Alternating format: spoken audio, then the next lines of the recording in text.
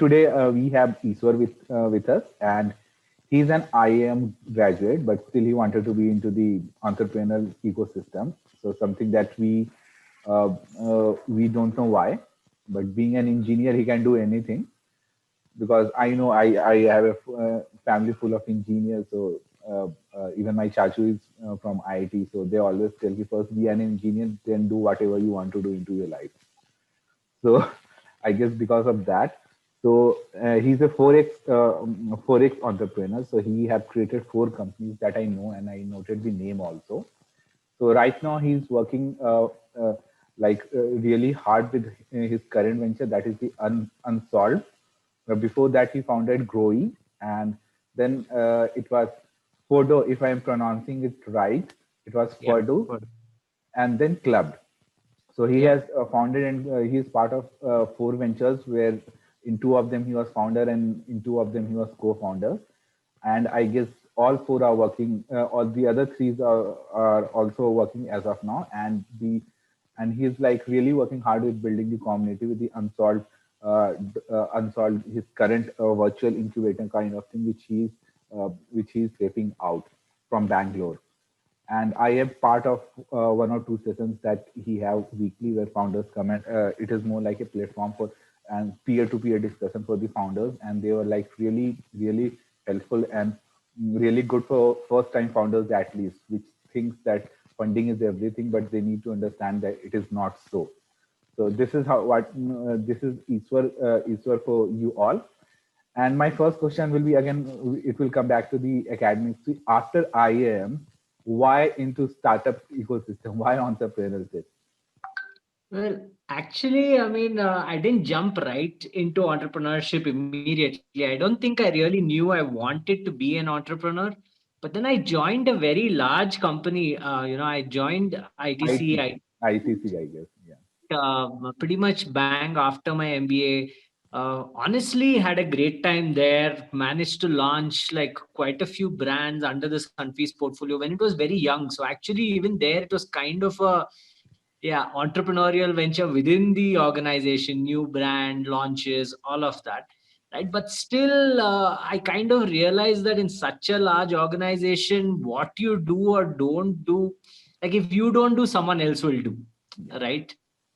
So in a sense, you're a cog in the wheel, and I somehow didn't like that too much, right? As much as I got all of the love and all of the responsibility that I wanted from there, I think I couldn't have asked more from a first job.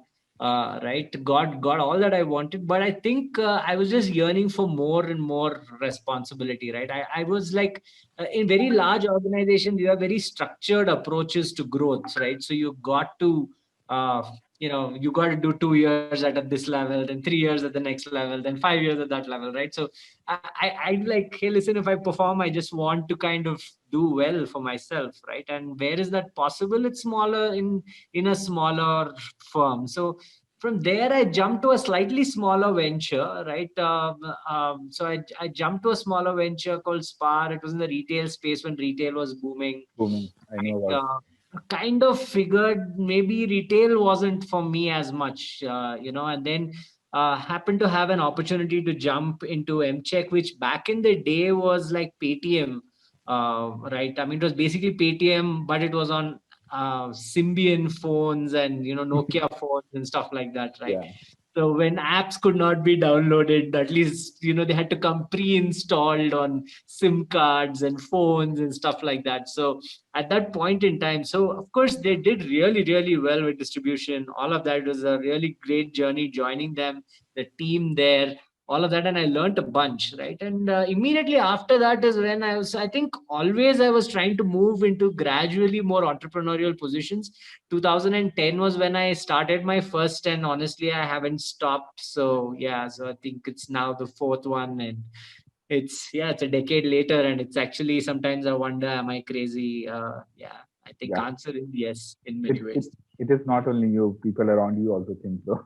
At times, because there are people. I was working with a multilateral organization like World Bank, and when I left it and I started my journey into entrepreneurs, my entire family was like, he needs some mental treatment. Somebody please take that person to a mental asylum. He was working with World Bank, he left it, and then he's jumping into the entrepreneurial ecosystem. So there are people around you that they believe that you can do better into job, but that this is something which is like Indian mindset, and we need to fight it. And this is where the job of us, like people like you and me, comes into, like building a community and the entrepreneurial mindset all across into India. So yes, uh, uh, when we talk about when we talk about creating any venture into entrepreneurial ecosystem or startup ecosystem, I generally ask my student of the startup school, as you know that we also have an academy part, and the participant, even the community members or the mentees which are under our incubation at an acceleration program, to work on problems which you generally face. So this is what I always ask. That if you can't feel that problem or face that problem, you will not be able to create a perfect solution out of it. So when you came up with Unsolved, so what was there might be some pain points which you might have been seen or faced while you were raising your other startup, the previous one. Because so what were there? So let me, it's a great one, and I completely agree. Ideally, you want to face the pain yourself. So before my first venture, right, like when I was with, let's say, my first job, with ITC, I think I created about 8 different business plans. Right. So even there, whenever I was getting time, I was creating a business plan. Of course, as an MBA, you create plans. Plans are easy to create, right? Yeah. You put down a presentation, you can create them. But none of them really were executed because it was really hard. I mean, back then, just creating a website was a pain. I mean, like impossible, next to impossible for non-tech founders and things like that. So it almost always came down to going and trying to find someone else who kind of matched wavelength with you, and then try to solve something together, right? But uh, did another venture, did another venture. Now when it came down to, let's say, after Furdo, right, I was trying to think of what next. I had a few ideas, I wanted to bounce them off folks. And when I started looking within my network, right, a lot of them were either already doing a startup or like very settled in their lives, or in their, they're not looking to start up right now, right? So that's the other thing. So I actually still found it fairly hard to kind of network, bounce ideas of people, and I'm like, listen, this is like the fourth time I'm doing this, it can't still be this hard. Yeah. I'm like, this supposed to be something that becomes easier, right? And then I was trying to figure out what is really the, what makes this whole thing so hard, right? So try to look at all of the components. One is, of course, just a discussion place where I can find other entrepreneurs and talk to them, right? That itself is, it happens. There are a lot of communities that have attempted it, right? I mean, like Head Start, for example. There are Startup Saturday events, there's been OCC, a lot of them have done it. But I think it wasn't virtual enough, right? So therefore, not easy for people to come together online and have this conversation with other folks. And even if you come together, one of the biggest challenges that I saw was that, let's say, I tried to join a lot of groups. I mean, of course, joined yours as well, and did all of that, right? Startup Monk is great, great conversation on it, all of that. But I still found it hard to communicate an idea that I'm having and get like someone else who has the same idea, that frequency, and then that match, right? So that was a little hard. So I was like, hey, listen, what we actually need something is where I can go and say, hey, this is what I'm working on. What do you think? Does anyone want to collaborate? Right. So that's what spurred the Unsolved version 1, let's say, where anyone could come, just share an idea, get feedback on it, get validation, get some suggestions from other founders, right? The best person to get feedback from is other founders. Someone who's slightly ahead in the journey is way better advice than someone who's miles ahead, right? I mean, if you go, I see a lot of entrepreneurs trying to chase, like, let's say, the most successful entrepreneurs of the day, right? I mean, and trying to get some time with them, but sometimes they find it hard to put themselves in your shoes early enough, because also, let's say, they have not yet, they traveled that journey fairly long ago, right? So I think broadly we said entrepreneurs need to connect with each other, right? That's one. Two, they need to be able to share ideas, connect with each other, work with each other, discover tools, all of that. How do you bring tools, case studies, workshops, other founders, casual networking in a cafe? How do you bring all of this in one place, right? I mean, that's pretty much what it was saying. Whatever an early stage founder needs to make learning easy, networking easy, building easy, showcasing easy, right? I mean, like, imagine you're doing something interesting, and now you have the nightmare of us figuring out who are the investors out there. I mean, like, how do I reach them? How do I create, all of that, right? So we said, is there an easier way? That's all. I mean, can the ecosystem come to the entrepreneur rather than the entrepreneur having to go and reach out to the ecosystem all the time? Right. So if I'm doing something interesting, you tell me that I'm doing something interesting and I want to collaborate with you. Right. I'll tell you what I'm doing at regular intervals with updates and things like that. But then the ecosystem can reach out as well, rather than just the entrepreneur saying, hey, I need help. Hey, I need help. Hey, I need help. Hey, I need help. Right. And that also, like, some entrepreneurs are able to do that hustle bit. That's the conversation that most people have with entrepreneurs. Really hate that word, but still. Yeah. I mean, because few of entrepreneurs have that quality and some don't. Now you can't ask everyone to be the same, right? I mean, that's completely. I have seen, sorry to cut you in the middle, but I have seen best of the tech entrepreneurs, tech founders. They are even unable to start a discussion in a public gathering. I have seen them because they are too introverts, too engrossed into coding and doing everything, creating the frameworks and the wireframes and all. So they are like introverts. So for that only, I consider that what you are doing is like something which is really great. And I really like the term that you use, which is like bringing the ecosystem to the founders, which is like a great thing to do, because till they the founders were trying to reach out to the ecosystem. So yeah, so continue. Sorry, just cut you into the middle. So yeah, see, broadly it started there. Then we started building a technology platform to enable all of this for us, right? Because how do you do all of this seamlessly without technology, so that people have access to learning, people, networking, tools that they can use, like easy contact, I mean, like, almost like on the platform now, we actually have even VCs reaching out to startups rather than startups reaching out to VCs. Yeah. So how do we enable all of that without technology? So we built it. And then during COVID, right, we actually started getting a lot of inbound from other incubators, accelerators, folks running founder community saying, hey, listen, we can't do real world meetups anymore, right? And you seem to have already built the technology. Can we kind of, leverage it for the founder community that we have, right? So we said, yeah, sure, because our entire mission was to help early stage founders. Right now, if we're now, either we can do everything ourselves, build the technology, handle the community, do the events, create the content, all of this stuff, or say we'll focus really well on technology, and some pieces of the puzzle. And then, because at the end of the day, there's always that component of one-on-one mentoring which is required. Right now, you cannot go about mentoring. I mean, there's 10 million founders on LinkedIn. There are probably 100 million, 200 million people with ideas, right? You can't do one-on-ones with them anyway. You can't even do events with them anyway, right? So these events anyway happen in pockets. Mentoring happens in pockets, but none of them have the tool, right? So our thought process is, how do we enable people with the tool to kind of launch like a YC-like community overnight, right?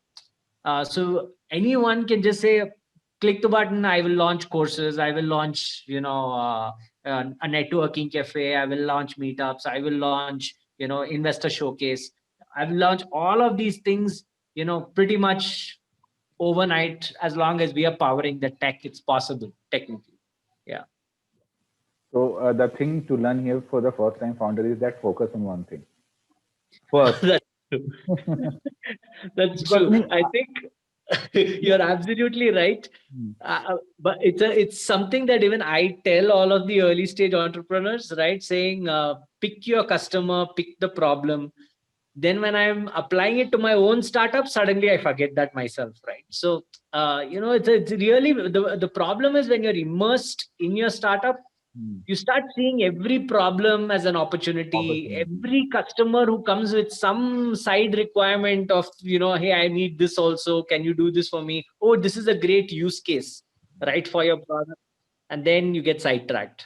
I was recently reading an article, and I think Reed Hastings, the co-founder of LinkedIn, so he mentioned somewhere in that book, in that article, that the greatest thing about MVP is the greatest thing about MVP is the founder should know what is the minimum. That's true. Because once they will start on working on a problem, they will start, okay, we can add this feature also, we can add this feature also. And at the end of the day, it became too bulky and there will be too much problem, not only on the tech side, but on the operation side. And then the startups, when they will launch it, they will fail because it will be like too many moving parts of the machines, and it will be really hard for them to control each and everything. So knowing the minimum of minimum viable product is like the success of the first phase of any startup.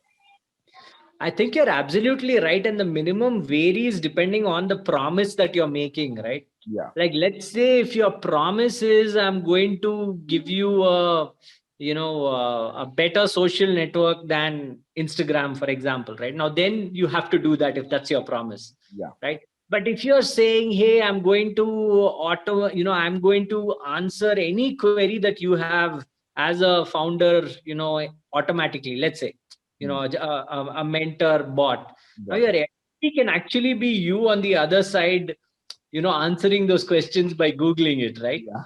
So it depends on what you define as the problem, that you're solving, and it can be as complex as, and of course it's a function of what you're promising and also of the alternatives, I feel, right? I mean, what is the customer using today to solve that problem? If that is very, very advanced, right, then you have to build an advanced product. So when we talk about startups, so something which I always tell to everybody, every founder, every student, wherever I go to university, and is that there need to be some innovation into all your product. Then only it will be considered startups or any entrepreneurial ventures. When we talk about innovation, they only think that, okay, something based on the technology or something like that is only universal. But if you are also, there is the term what we call incremental innovation.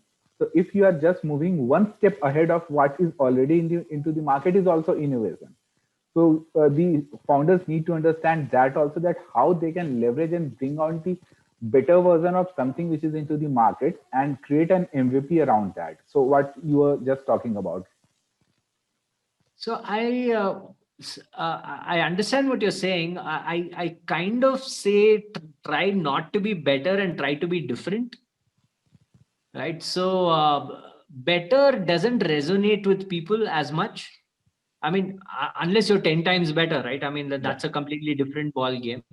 But being a marginally better solution kind of is challenging to acquire or get a customer to switch from an existing solution. So let's say, for example, if I was saying, hey, we enable communities rather than founder communities, right? Now, just adding that founder community makes me different from every other community product out there, right? Now you automatically say, okay, there's someone who's doing, essentially, what is that differentiation in doing, right? I mean, it laser sharp says, you are my customer and I'm selling this to you, right? I mean, at some level, that's what it's doing. But that differentiation matters. A lot of people, I feel, they kind of move into the they're very scared to narrow down their customer base, right? Because they're like, but why should I say no to a customer, right? I mean, that is the mentality. That is something that initial thought process ingrained into our system. Yeah. But I think it's actually necessary to draw your ideal customer and build for them and take only their problems into account, because when you solve for them, then they will just adopt it, right? I mean, then they'll say there's no solution like this. And that can only be achieved somewhere there by looking at some form of core differentiation, maybe you meant the same thing, I mean, but so people call it 10x better, or they call it being different, right? Different, yeah, Kind differentiator. of makes everything, The quite different technically, right? the most common question by investors into all the pitches: what is your differentiator? So Yeah. okay, so I think because there is no follow up on this, I know what you face, and so that will be the next question. So running a community is like really a pain into ass. So how you manage everything? I know because from managing the community members to the events that will be going around to the like these session podcasts, then we have workshop and everything. So on an average, there will be like 12 to 13 hours of work in a day, and these Yeah. work are like you can say menial jobs, like okay, you need to schedule something onto social media, you need to have arrange a session for like 2 to 4 hours, something like that. It is not like where you can sit and strategize on something. So it takes its toll onto the community leads and all. So how you manage that? Because you're Actually, you know what? I think we are kind of, so we have a few concepts that we have built into the technology platform, right? So one is called founder reputation. So you can only earn reputation if you leave suggestions for other founders, or you help solve challenges on the platform. So that actually helps a lot, right? That takes away the burden from the community owner, right? And transfers it to people who want to help each other, and incentivizes them by saying, hey, there is this concept called reputation. And in exchange, if you earn enough reputation, you will get access to, let's say, an event for free, or you'll get access to a virtual cafe for free, right? All of that kind of stuff, right? So reputation has really helped. And of course, I must add, right? I mean, we've been fortunate to have a lot of key people who have joined the community, who have taken it on themselves to pay it forward, right? So they're like, we will help startups, so they take some time out to leave suggestions for any startup that's added on the platform. So actually, if you I understand what you mean when you say, hey, running a community is like really, really hard. I think one of the things we have tried with the technology platform is to easen it a bit, right? So we create content. If we're doing an event, we try and partner with some of the folks within the community to do an event, right? We are going to open out learning, saying anyone within the community can help each other learn, right? So those components, essentially we are thinking of it more as a founder network, where the founders add value to each other, rather than one centralized or few centralized mentors and advisors who have to add value to all. okay. Now I understand that it is more like peer to peer, which we Yeah. when we started, it was more like the same model, peer to peer. But if you put your link into an LinkedIn post, or if you are going to put your link into a Facebook post, so you know what kind of crowd is going to come for the uh, for your community. That is one of the reasons that we made the entire WhatsApp community as admin only, because there were a lot of spam which was coming into us. So So you're yes. absolutely right. So which is why we have that concept of reputation, and only people above a certain reputation can share with public anything that they want. Right? Mhm. Like once you go and you become an advisor on the platform, you can host your events. You don't even have to ask anyone on the platform. So they don't have to ask me whether they can publish or not, right? They can write a blog by themselves, because we've already recognized that you're a trusted and a high quality member of this community. Mhm. You are, after that, you're free to do anything that you wish, right? You want to host an event, you can do it. We'll help you do it, right? So all of that stuff. So I think a technology platform is needed to manage communities well. After a point, I mean, early on, I feel it works well on like easy to access platforms like, let's say, Slack or WhatsApp or Telegram and things like that. But as the size grows, then comes all of this. How do I manage? Suddenly, someone is posting something, right? All of that. I think it's important to, at that point in time, to enable, let's say, new members get restricted access. You earn reputation, you get a little more access. You earn more reputation, you get even more access, right? So in that sense, that is, I feel that I feel that's how you can do it. I mean, that's why Reddit is as large as it is, right? It does have its moderators and communities and things like that, but yeah. At present scenario, I think Reddit is doing better than LinkedIn in US and the European countries. So they are really they are really speeding up their process and the expansion. Yes. Uh, So haven't been tracking it too much, but I know that it's very active I communities. I tried it, but actually the thing is that I am too much consumed by the LinkedIn part, so I was unable to make myself comfortable with the Reddit. But it is a good medium. There are some digital marketers who are getting some good business from Reddit as of now. So I know some of my friends who are like really got huge amount of business through Reddit for the Black Friday sale and everything. So it is a good medium as of now, but I don't know how it will be for the startup ecosystem. What is the stage of startup ecosystem? They do have their own startup groups and things like that, quite active, well managed, well curated, right? But I think for new people on Reddit, I think it's a very high bar on moderation. So you can't just post anything, right? And sometimes newbies don't understand what those rules are on the platform, right? So, Mm. so somewhere there, I think just kind of disabling new posts or something for newbies, or letting them earn reputation, right, and then giving them more access just makes sense, from a community handling standpoint. It's something that Stack Overflow does for developers. They actually launched the concept of reputation, and Yeah, we kind of studied that and just said, okay, this seems like an interesting way to manage communities once they get quite large. yes, perfect.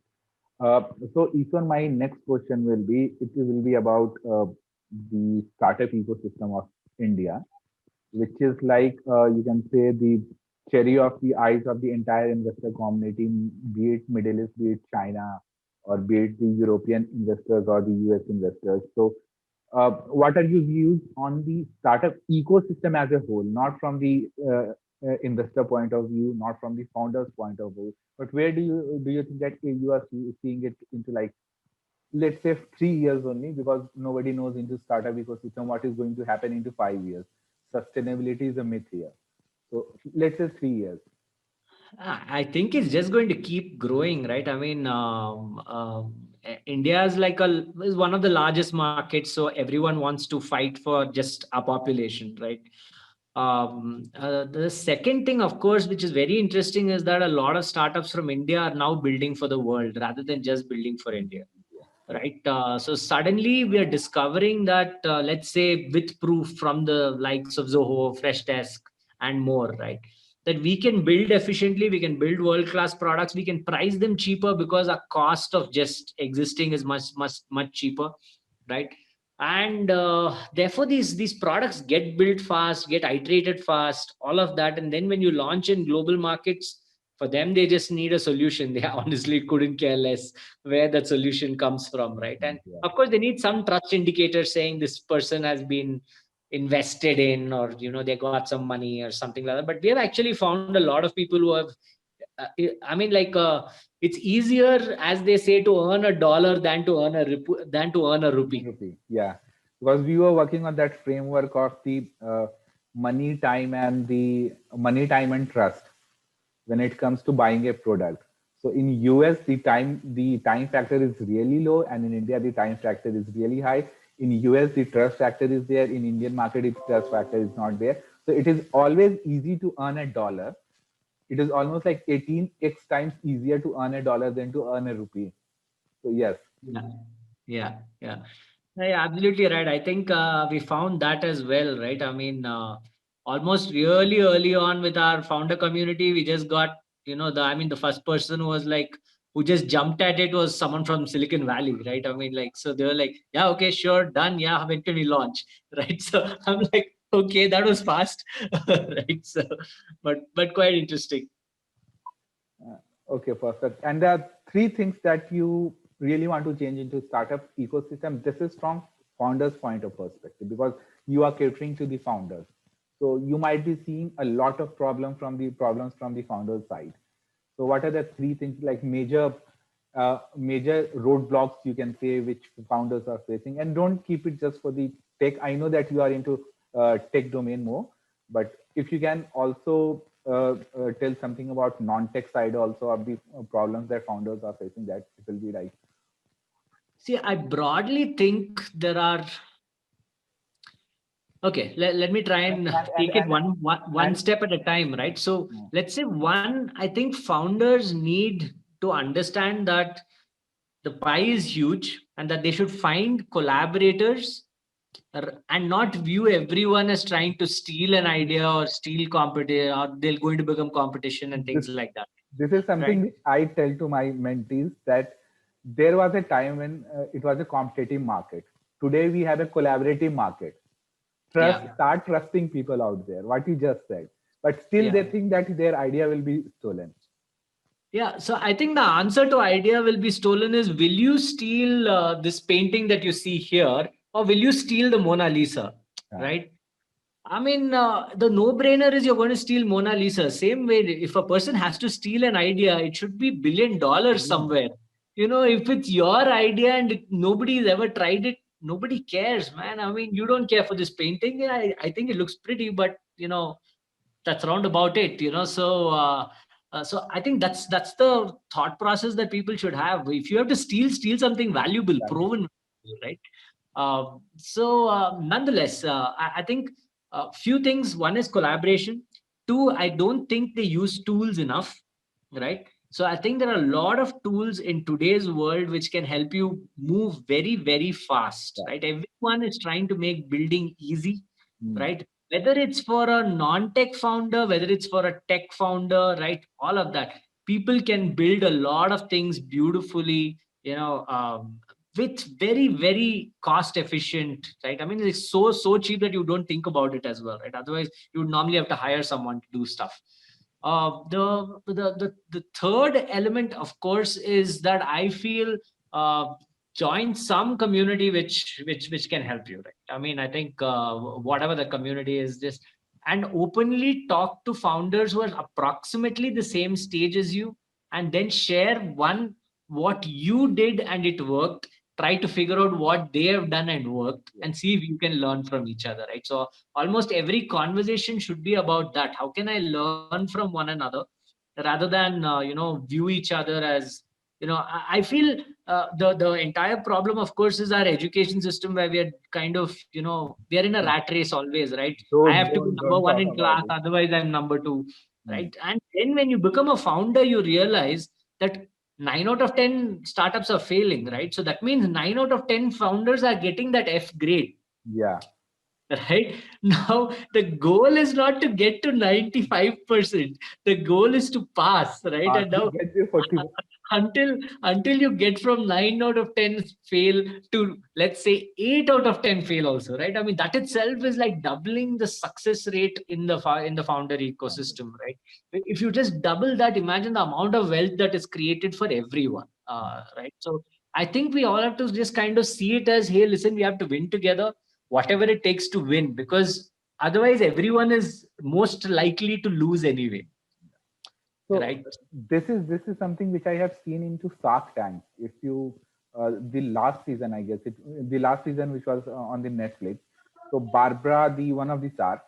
So in whatever the startups she invests, once a year she conducts a workshop, of not a workshop but a retreat kind of thing for a week. So all these startups in which CA invested, they bring them all together, and there they exchange the notes on, okay, if somebody is doing really good with digital media marketing and converting, bringing a lot of leads through digital marketing, if that founder is going to take class of all other founders out there to how to conduct the right way to conduct the digital media. If somebody is doing really good with B2B, that person is going to take class for B2B, session for B2B. So this is what is like this is what is actually required into Indian ecosystem also, where founders in India generally, the founders or entrepreneurs which come for the into university and colleges also during the e-summit, they talk about the motivational factors, that they had 10,000 rupees into their pocket and then they started and they have been making millions. But the real requirement is that how they have done it, which needs to be communicated to the founders. the first time founders and early stage entrepreneurs. What they have done, that was a different age, that was a different scenario completely. This is one of the reason why I like Ankur Wariku a lot, because he tells how to do things out there. He doesn't say कि ऐसा होता है, we have done it like this, but how to do. So which is important. And I think Ishwar, you can also take it up into your community. We are trying to integrate where founders are going to come and they are going to, okay, this is the way we have got our registration done for private limited company, because 90% of first time founders, the students who are from colleges want to come, they don't know how to got their companies registered. So this is what we need: founders who are coming and talking about how to distribute ESOPs, how to form a core team member, what are the ways to distribute the stake into core team members. So these are something which I think peer-to-peer founders can talk about themselves, and they can devise a session kind of, or a capacity building kind of platform, and they can take it further, which is the requirement of the time, I guess. I can't tell you how much more I agree, right? So, actually, just before this call, I sent a message to someone, another founder, very good, who shared some suggestions on our common WhatsApp group that we are talking about onboarding techniques. And I actually sent him this exact thing. Can you record like a 5-minute or a 10-minute video of how I did it, right? How did I solve onboarding of my customer on my thing? So can you just record that and share that with me so that I can just share it onwards, right? So that I can make it more available to founders. I think how I did it series is very, very important, and not just I think you're right. There are lots of people with inspirational quotes saying you can do it. Like, come on, how? Right? How exactly? My question is that the people will come, you can do it, you have to hustle, you have to work 18 hours a day, I did it, so you can also do it. But how exactly? The question is how, whom to reach out to, where to go. You are talking about tools. Which are these websites or the apps where we can find? Take for example, people in India still doesn't know, these people are like from elite colleges, they don't know much about Publer, how to schedule a social media post for entire week, entire month, how to generate right hashtag to get maximum views onto the Instagram. These are something which is like basic of when it comes to the technology and the tools, but they still don't know. So I really want to make this, as you are already doing it, that founders coming and telling how to do things rather than they have done, you can also do it. So, I agree. In fact, tomorrow I'm doing a session on how I'm going to just take an idea from start, right, and kind of build it out into a website in front of folks who can join the session, right? It's like a paid for session, but nonetheless, it's basically to go from idea to website in 3 hours, right? And step by step, how to do that, right? Because I found a lot of idea stage entrepreneurs who were like not taking that next step, because I always thought, hey, listen, it's so easy to build a website. Why aren't people building a website? Right. And then, I thought maybe it's just inertia. But when I did some research, everyone thinks you need to know how to code, you need to know how to, you need to know how to use this, how to that. And I'm like, I don't know any of that. I just use tools, so I use tools to generate all of this. Right. So yeah, I mean, I can't code for nuts myself, right? So if I can build a website, so can you. And I'm happy to share how as well, right? So that's what the whole thought process was. So it's a great conversation to have, kind of well timed, because tomorrow's the first time we're kind of doing that as well. Share that link. Share that link. I will share into my community also. If people who are okay with that, they can also join that. I think sure. This is something, because I know there are non-tech founders who are like scared to death just by thinking of creating a website out of it. So there are people who doesn't even know that you can create a website into WordPress and can convert it into an app, Android app. Yeah. Just a plugin.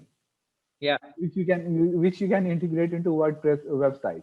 So these are the tools which need to be. I think they get scared the second they hear WordPress itself at some level, So like WordPress plus plugin, I think they're already many folks are scared, right? So you just have to say, hey, no, listen, step by step. In 3 hours, you will be able to do it, because that's how I do it. I can't code, right? So, yeah, that is something which needs to be like really communicated to the founders.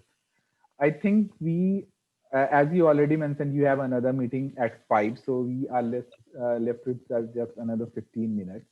So let me just speed up through the questions that I have. Uh, okay, so this is a good question that I always ask all my guests. What advice would you give to yourself a year ago, knowing what you know now, before starting the community of entrepreneurs or founders in your case? uh, I would say search for the shortest path to revenue. I think that's one personal learning that I have taken away, because sometimes a lot of entrepreneurs get into building mode and they think this is investment phase, right? But and ignore the fact that, hey, finally you need to find a paying customer and you need to find out what is going to make them pay. Okay. The faster you find that out, the more you can customize your entire product towards that paying customer, rather than build a product and then try to get a paying customer. So I think finding that shortest path to revenue is something that I highly recommend, right? And the shortest path to revenue is like a program that we've run for entrepreneurs, where like in 3 weeks they've gone from idea to revenue as well, right? So it is possible. And people need to know that it's possible, right? I mean, like most people think, oh, why will they buy from me and stuff like that. Honestly, if you're solving a problem that someone else hasn't solved well enough, right? Yeah, people will come to you. I mean, they will trust you. They'll give you a chance, right? They'll do all of that. So yeah, I think that's definitely one takeaway for me. How fast can you validate your hypothesis? And one of that is by getting a website out overnight. The second is actually try and get one person to pay, right? So I think once you do these two steps, then you know that you're on to something, right? Then you put more effort in that direction, try to figure out, is this market large enough, all of that.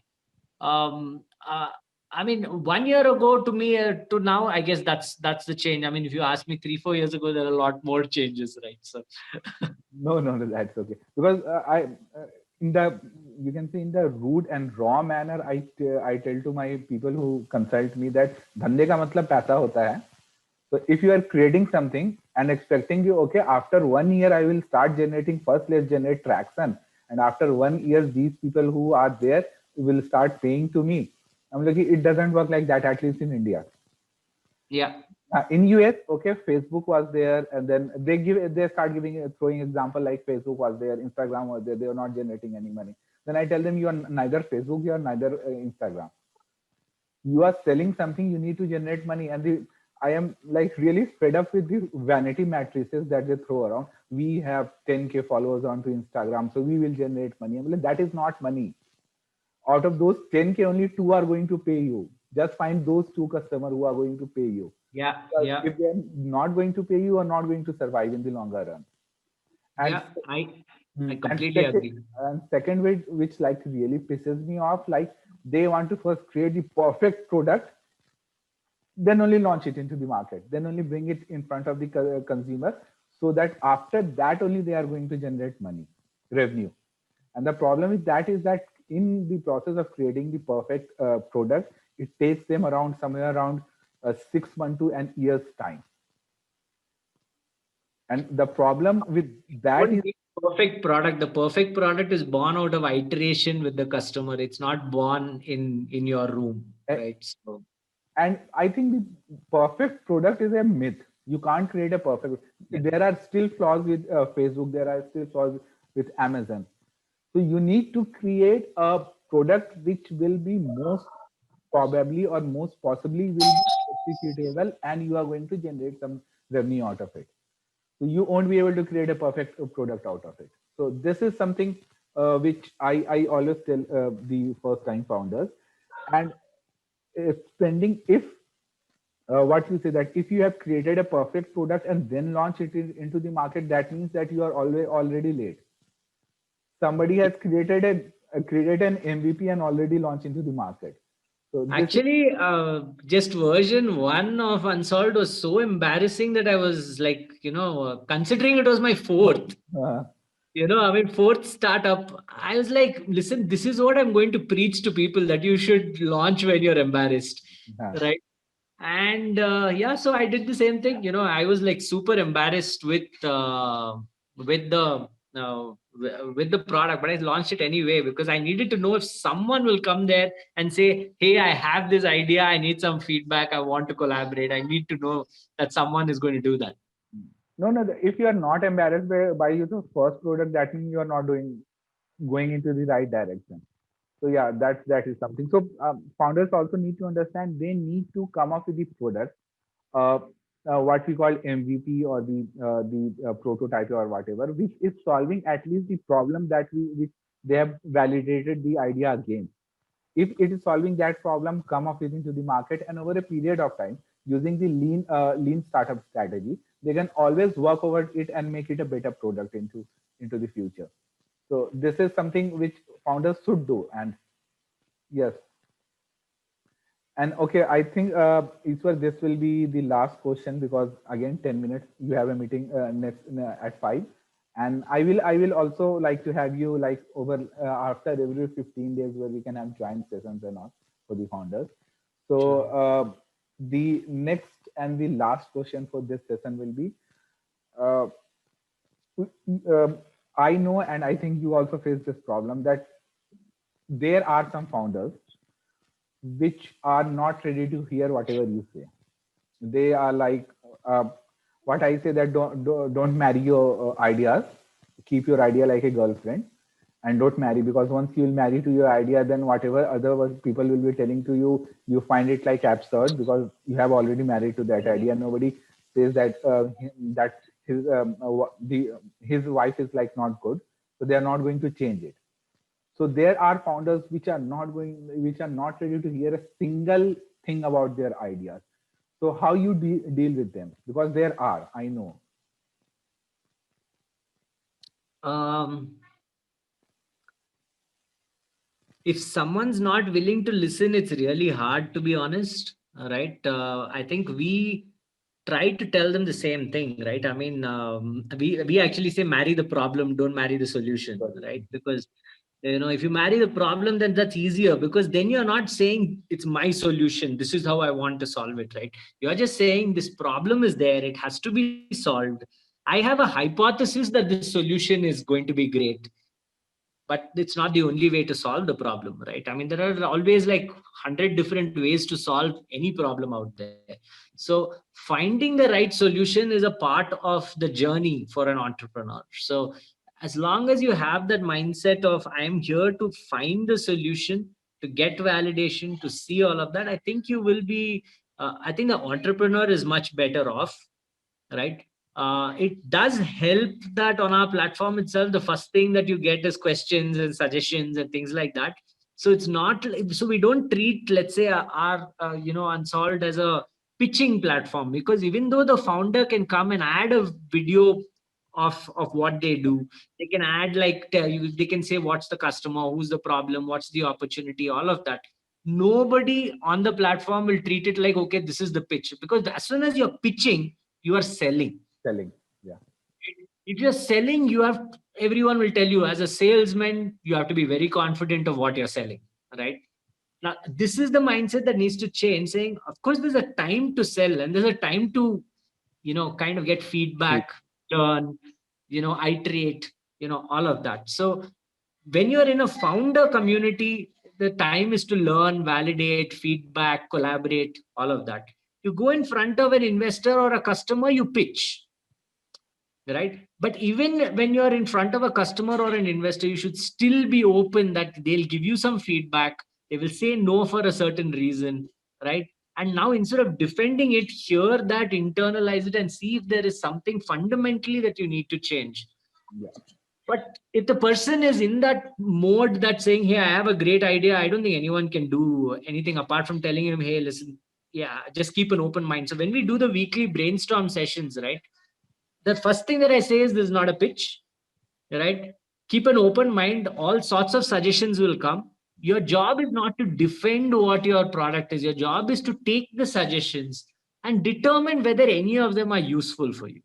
Right. So if founders, so because we do that over and over again, and everyone who attends these brainstorms, now they started internalizing, right? Saying, hey, listen, it's not personal, right? I'm not accusing you. I'm not doing all of that. I'm just telling you, hey, listen, maybe solve it in this way. I think one other last point to make over here is, whenever the person who's giving you a suggestion has nothing to gain from it, you should listen very hard. Yeah. Because then he's only doing it because he believes you should do it in a different way, not because I'm telling you because you should, take my solution, because I want to get into your startup, because, right, I want to lower your valuation. So as long as the person has no vested interest, you should listen even harder. And there the job of the community, peer-to-peer community comes. Yeah. Exactly. And any last words for the, you can say, the takeaways or the words which you think that founders should work on? Because again, 5 minutes. So what are my last takeaways? I mean, like, my last takeaways, honestly, are don't, most people in the founder community are chasing investors instead of chasing customers. Right. The truth of the matter is 1% of startups, kind of get funded. The other 99% still need money in the bank. And there's two ways to get money in the bank: by either selling a bit of your company, or by, selling your product or service and getting money from the customer, right? In one situation, you're actually giving away equity. And I'm not saying that raising money is a bad thing. I'm saying don't keep it as your objective early on, right? First, figure out the problem, figure out the solution, get some customer to pay you, right? Then the second you're saying, hey, listen, I figured this out, now I have a massive market I want to chase, right, and I can win, then is when you can potentially start looking at, let's say, an investor route. I think that's the one thing that I see a lot in founders who first start there and assume that even an idea will get invested in. Nobody will invest in an idea. I mean, yeah, you need to have already exited a multi-million-dollar firm, or right, so before someone even remotely until you are Kunal Shah, nobody is going to invest into you at the idea stage. As simple as that. Yeah, true. Exactly. You need to be someone who's already done and sold a company for 400 million, right? Yeah, people will say, whatever you're doing, take my money, right? Because you need to make the next one huge as well. So so I think those are some of the things. Find your community. Actually, I would also go to the extent to say, find 5 other folks who are in a similar stage as you, right? And meet every week and discuss how much you've progressed, right? Either similar stage. Find 5 people who are at a similar stage, 5 people who are in a similar industry, right? But not competing, of course, right? So then therefore you find 5 people to collaborate with, 5 people to build along with, right? So if you manage to do both of these, that's when massive progress can happen. Okay, yeah. I think the founders will be taking a note of this thing, because this is like really important, which is like the nerve you just touched. That instead of relying on the investor money, try to rely on the customer's money, which is like really important. And on this note, I will be just ending this podcast. Thank you for taking our time. I just want to thank you. I want to thank the phenomenal work that you do, the great posts that you write in trying to enable all of these first-time entrepreneurs as well.